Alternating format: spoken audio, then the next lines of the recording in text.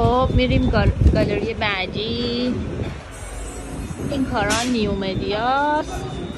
خوب ببینین که تو ایران از این خبرها نیست. نیو مدیا یعنی متریال جدید. سالها قبل که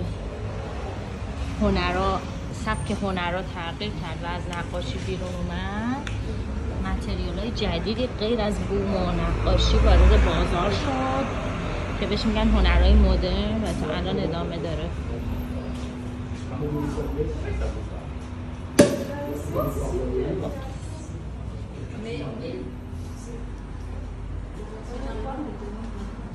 کلا کارهای آوانگارد جزو همین کارهای مدرنه، یعنی مدرن جزو آوانگارده.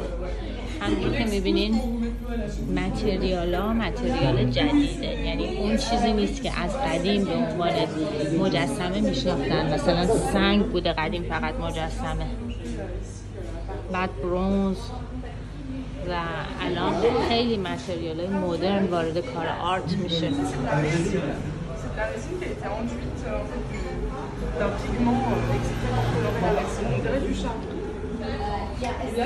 اینا رزینه اینجور که فهمیدم.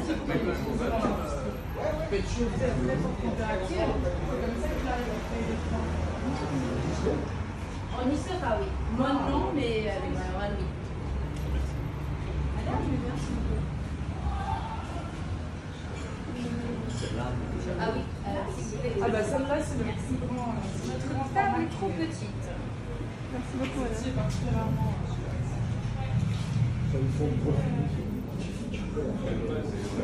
Vous voulez?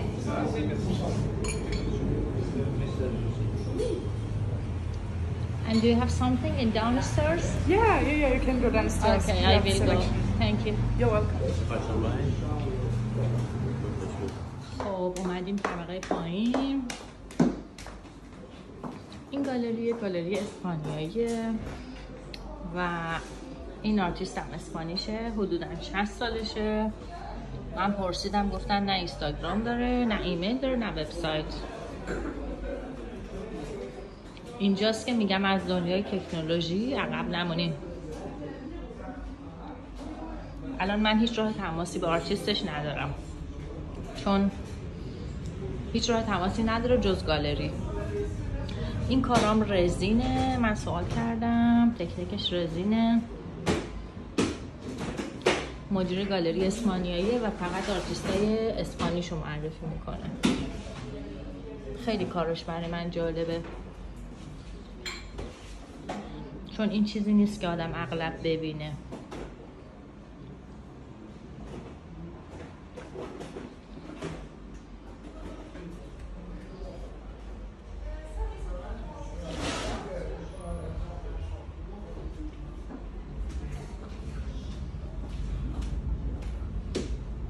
قیمت یه نمونم که طبقه بالا بود پرسیدم 8500 یورو، خیلی گرون نیست.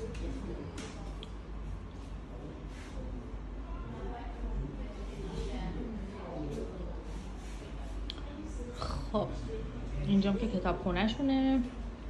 2 تا کارم اینجاست.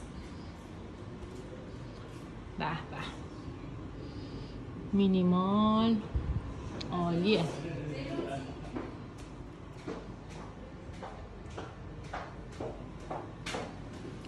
خب میریم برای برنامه بعدی.